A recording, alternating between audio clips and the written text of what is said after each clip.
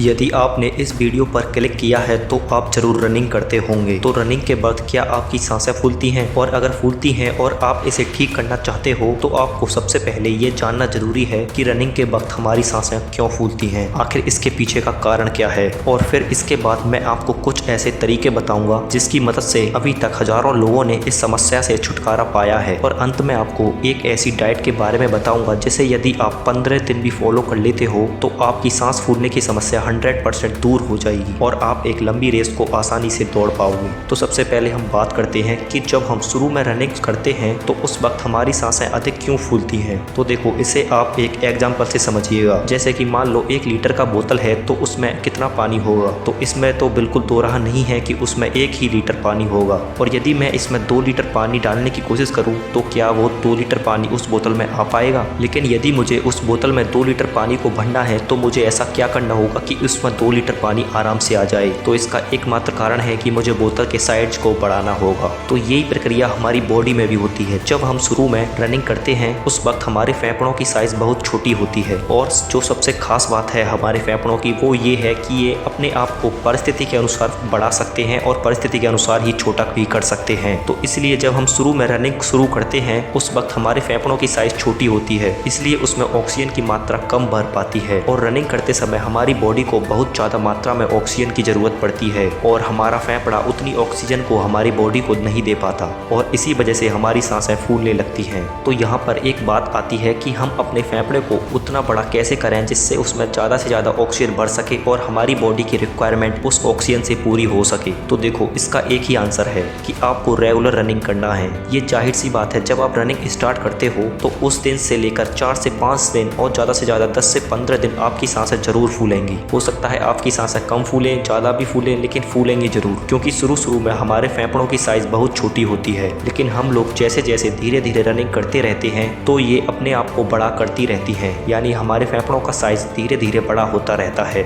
धीरे धीरे इसमें ऑक्सीजन की मात्रा अधिक आना शुरू हो जाती है। इसलिए इस बात को आपको पूरी तरीके से अपने मन में बैठा लेना है कि शुरू के 10 से 15 दिन आपकी सांस जरूर फूलेंगी। लेकिन यदि इसके बाद भी आपकी सांसें फूल रही हैं तो मैं आपको कुछ ऐसे तरीके बताता हूँ जिसकी मदद से आप अपनी इस समस्या को तुरंत दूर कर सकते हो। तो जो सबसे पहला तरीका है वो है प्राणायाम। तो देखो, जब आप रनिंग करने जाते हो तो उससे पहले आपको प्राणायाम को जरूर करना है। मैं आपको 2 ऐसे प्राणायाम बता रहा हूँ जो आपको जरूर करना है। सबसे पहला है कपालभाति और दूसरा है अनुलोम विलोम। तो ये 2 ऐसे प्राणायाम हैं जिनकी मदद से आपके फेफड़े बहुत जल्दी एक्सपेंड होंगे और उसमें ऑक्सीजन की मात्रा भी अधिक आना शुरू हो जाएगी। अब देखो, मैं आपको एक ऐसा तरीका बताता हूँ जिससे आपकी रनिंग में स्पीड भी आएगी और आप कम थकोगे। तो वो है आगे की ओर झुककर दौड़ना। तो देखो, आगे की ओर झुककर दौड़ने से होता क्या है कि जब हम आगे की ओर झुककर दौड़ते हैं तो उससे हमारी बॉडी में ऑक्सीजन की मात्रा ज़्यादा आ पाती है और उस ऑक्सीजन का खपत हमारी बॉडी में कम होता है। तो इसीलिए जब भी आप रनिंग करते समय आगे की ओर झुककर दौड़ते हो तो आप पहले के मुकाबले कम थकोगे। अब मैं आपको एक और तरीका बताता हूँ जो कि है उम्मीद से ज़्यादा करना। तो देखो, उम्मीद से ज़्यादा करने का मतलब ये है कि मान लो यदि आपको 1600 मीटर रनिंग करनी है तो आपको कम से कम 1700 मीटर रनिंग करनी है। मतलब आपने जितना सोचा है उससे कम 100 से 200 मीटर रनिंग ज़्यादा करनी है। आपको 1600 की जगह 1700 मीटर रनिंग जरूर करनी है, चाहे आप कितना भी धीरे दौड़ो, लेकिन आपको 1700 मीटर दौड़ कंप्लीट जरूर करनी है। तो देखो, ऐसा करने से होता क्या है कि हमारी बॉडी में ज़्यादा मात्रा में प्रेशर पड़ता है और आपको ये तो पता है कि हमारी बॉडी जैसे हालात में रहेगी वैसे हालात में ढल जाएगी और ये धीरे धीरे उस प्रेशर को झेलने योग्य बन जाती है। तो अब मैं आपको अगला तरीका बताने जा रहा हूँ जो कि है सांस लेने का तरीका।